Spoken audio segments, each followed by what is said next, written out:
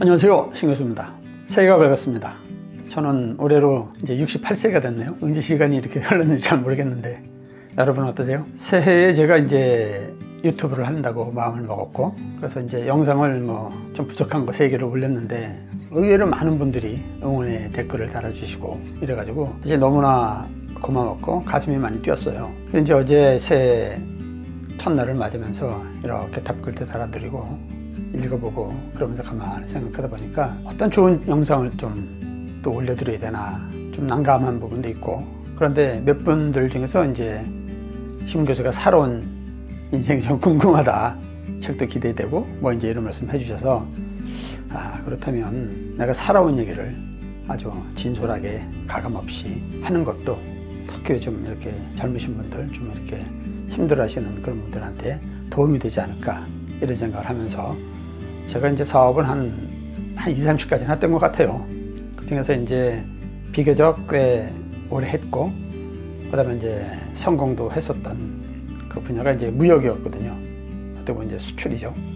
그러니까 한국에서는 저를 이제 모르는 분이 있어도 해외에서 이제 그 문구 펜시 업계에서는 마이클 싱글에서 아주 유명했습니다. 제 이제 영문명이 마이클인데, 이제 배경으로 간단히 말씀을 드리자면, 이제 원래 이제 저희 사촌 형님이 이제 그 아트 프라자라고, 지금 그때 전국에 체인점이 한 200개 이상 갖고 있었으니까 아마 50대 후반에서 지금 이제 60대 되시는 분들은 잘 알 겁니다. 그때는 이제 문구 펜시가 아주 이렇게 그 전성기 때라 전 세계를 우리가 거의 잡을 정도로, 어떻게 보면 지금 우리 K-팝 때 당시에 이제 그 BTS죠, 우리나라 그 펜시가 전 세계를 휩쓸 정도로 굉장히 이렇게 인기가 있었습니다. 근데 그 인기 배경은 사실상 일본 제품을 그대로 이렇게 많이 이제 카피를 떠서, 그다음에 이제 우리가 이제 제조 기술이 좋으니까 조제해가지고 팔다 보면 일본 건 이제 좀 비싸서 바이어들이 사기 어렵고, 그다음에 이제 동남아 애들이 만드는 건 좀 이제 퀄리티가 떨어지고, 그러다 보니까 한국 제품이 굉장히 인기가 있었었죠. 그때가 이제 막 이제 초입기였습니다. 이제 무역을 시작하게 된 배경은 이제 기회가 있으면 한번 다시 이제 말씀을 드리겠지만, 이렇게 좀 떠밀려서 어떻게 하게 된 거예요. 그래서 이제 함께 하기로 했던 친구가 있었는데, 그 친구가 이제 좀 마음이 변하는 바람에 다 할 수 없이 그냥 하게 된 거죠. 그래서 접을까 그냥 할까. 근데 막상 하려니 능력은 안 되고, 그러다 보니까 이제 무역이라는 게 딴 거 있나요? 그 아이템에 대해서는 전 이제 자신 있었고, 다만 이제 말이 안 되니까, 영어가 안 되니까 영어를 이제 해야 되겠다라고 마음을 먹고 이제 새벽 공부를 이제 7년 동안 했습니다. 영어도 좀 했고 중국어도 좀 했고 일어도 했고, 지금 거의 다 잊어버렸지만, 그게 이제 배경이 어떻게 보면 한 사람을 이제 만나게 됐고 이제 헤어지게 되는 그런 과정에서 오히려 이제 반전의 이제 스토리가 전개된 건데, 그 얘기 이제 기회가 있을 때 한번 이제 말씀드리도록 하겠습니다. 인생이라는 게 여러분 한마디로 정의하면 뭐라고 생각하세요? 저는 이제 만남이라고 생각을 해요. 그러니까 상황, 그다음에 어떤 책, 어떤 철학, 그리고 가장 중요한 건 이제 사람이죠. 어떤 사람을 만나느냐에 따라서 이제 인생의 빛깔이 달라지지 않습니까? 저도 이제 그랬었던 것 같아요. 막상 이제 무역을 하겠다고 했는데 그때는 잘 몰랐어요, 솔직히. 그리고 가끔 이제 바이어라는 사람들이 와도 주로 이제 중간에 이제 에이전트, 그때 이제 대기업, 주로 이제 그 상사에 있는 분들이 바이어를 이제 데리고 오면 그 사람들한테 이제 물건을 공급해주는 정도? 그걸 이제 무역이라고 했지만 사실은 무역도 아니죠. 그러다가 시간이 지나면서 이제 막연하게 느낀 거는, 내 직접 바이어가 있으면 참 좋겠다라는 생각을 많이 했어요. 그런데 그때는 바이어를 어떻게 구하는지도 잘 몰랐고, 어떻게 만날지도 몰랐고, 그리고 요즘처럼 이렇게 소통이 원활한 시대가 아니다 보니까, 그러다 보니까 이제 무슨 어떤 이제 무역 겹치 같은 거 그렇게 보면 뒤에 이제 이렇게 조금 주소가 있으면 그냥 그런 거 보고 이제 레터 보내고, 그러다 보면 이제 다 보면, 근데 확률적으로 한 100개 보내면 1명 정도 컨택이 될까? 굉장히 어려운 시기였죠. 그러다가 이제 바이어도 없고 이제 점점 어려워지다 보니까 이제 막바지에 몰렸던 거예요.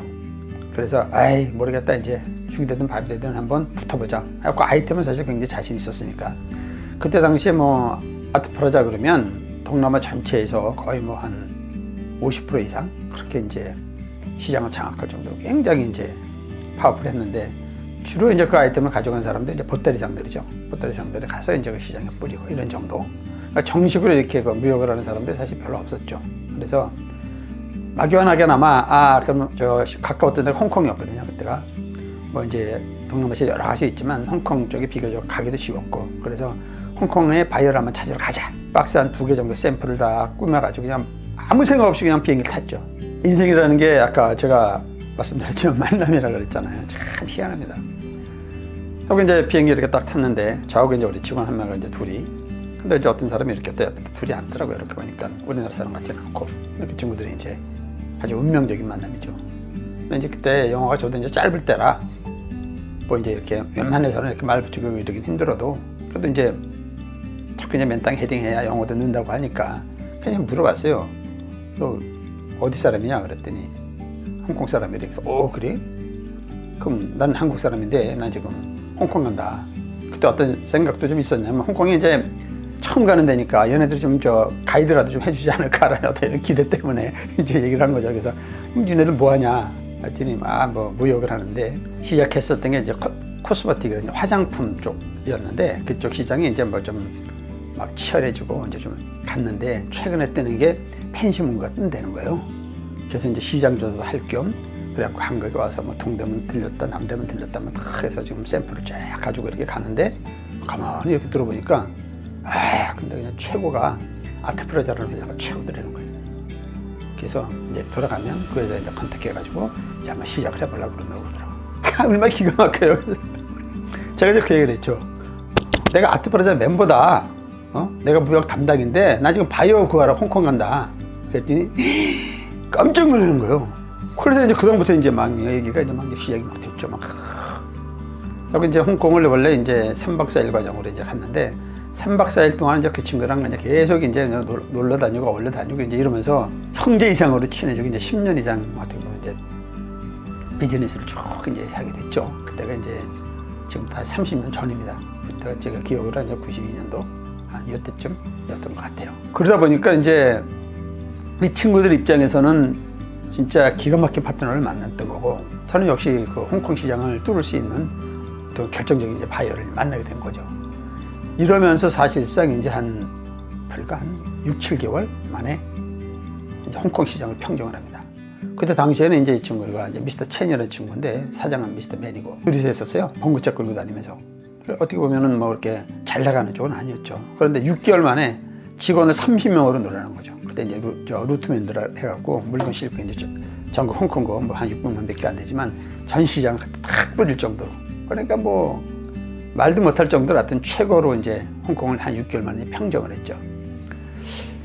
그러고 나서 이제 그 다음에 이제 한 2달에 한 번씩 정도 이제 제가 이제 홍콩 가고 물건 이제 보내주고 막 그냥 하여튼 보내주면 바로바로 그냥 다 팔고 나서 바로 또 리오다 들어올 정도니까 너무너무 신났죠, 서로. 그래서 이제 한참 이제 물건 팔다가 그 친구가 이제 한번 그 4월 달인가 이제 그 홍콩에 전시회가 있으니 한번 와봐라. 이 정도 물건이면 최고니까. 기프트쇼라고 그래서 그쪽은 이제 부스가 이미 다 예약이 돼서 어려우니 액세서리 쇼가 있는데 니네 한번 홍보하게 되면 그래도 도움이 될 것 같다고 그러더라고. 그래서 이제 오케이 그러니 갔죠. 처음 갔는데 사실 이제 그때는 전시회라는 게 처음이었어요. 그리고 바이어를 이제 이렇게 부스 갖고 있으면 전 세계에서 바이어들이 막 와서 한다는 게 참 희한하더라고 그때 당시. 그런데 그때 당시에는 이제 주로 이제 홍콩 바이어들이 많았고 아시아 바이어들이 주로 많았습니다. 그래서 이제 거기서 이제 새로운 바이어들도 많이 만나게 됐고, 생각에는 뭐 불과 한 몇만 불 정도만 그냥 오다만 받아도 그래도 성공이다 생각하는데, 처음 거기 갔었을 때 한 60만 불인가 받았으니까 막 대박을 친 거죠, 한마디로. 그러다 이제 전시회라는 게 어떤 건지 이제 맛을 알게 됐고, 알게 된 것 중에서 홍콩 전시회도 컸지만 이 아시아 지역에서 제일 큰 데가 대만 전시회였어요. 이제 그 정보를 듣죠. 나 그럼 거기 한번 나가야 되겠다. 그때 이제 그 일부 좀 아는 친구들 얘기가 대만 전시회는 불가능하다는 거예요. 왜 그러냐 그랬더니 워낙 거기가 유명하다 보니까 전 세계에 있는 모든 서플라이들이 전부 다 이제 그쪽에 이제 나가려고 이렇게 줄을 서 있기 때문에 몇천 건이 쌓여 있다는 거죠. 그래서 그건 어려울 거다. 난 가야 된다. 그랬더니 아마 물리금이라도 신청서 내고 나면 아마 몇 년 기다려야 되고 아마 10년 안에 안 될 수도 있다고 그러더라고. 근데 저는 이제 이 맛을 보고 나니까 무조건 가야겠더라고요. 그래서 이제 제가 그때 설했죠. 난 간다. 무조건 가야 된다. 언제냐 그랬더니 그 이제 대만 전시회가 4월, 10월 이렇게 2번 있거든요. 그러니까 이제 10월 달에 있는데 이거는 이제 어려울 거고, 이제 신청하게 되면 내년이고 후년이고 그렇게 하고 이제 가라 그러더라고. 무조건 가야 된다. 그래가지고 이제 대만 전시회 이제 부스를 얻기 위해서 이제 작업에 들어갔죠. 뭐 남들이 얘기하면 다 불가능하다 그랬어요. 근데 진짜 불가능했을까요? 제가 올해 이제 유튜브를 하겠다고 선언을 하면서 내년에는, 그러니까 올해죠. 올해는 10만 유튜버가 되겠습니다. 그랬더니 뭐 쉽지는 않습니다. 주변에서 많이 얘기하더라고요. 근데 저는 자신 있습니다. 왜냐하면 저는 성공 경험이 많아요. 그리고 한다고 마음 먹으면 분명히 돼요. 길이 있어요. 그래서 모두가 불가능하다는 그 대만 전시회를 제가 그해 10월에 이제 나가게 되죠. 많은 사람들이 다 깜짝 놀랐습니다. 이게 어떻게 가능하지? 그럼 도대체 무슨 일이가, 대통령벽도 안 된다고 하는데 이게 어떻게 된 거지? 근데 사람이 살다가 하려고 마음 먹으면 반드시 길이 있습니다. 그래서 여러분들도 그 길을 이제 스스로 새해 어떤 목표가 있으실 거 아니겠습니까? 그래서 할 수 있다고 믿으면 분명히 여러분 꿈과 희망은 이루어집니다. 그래서 제 이제 그 경험을, 대만 부스를 얻게 된 배경을 이제 말씀드리도록 하겠습니다.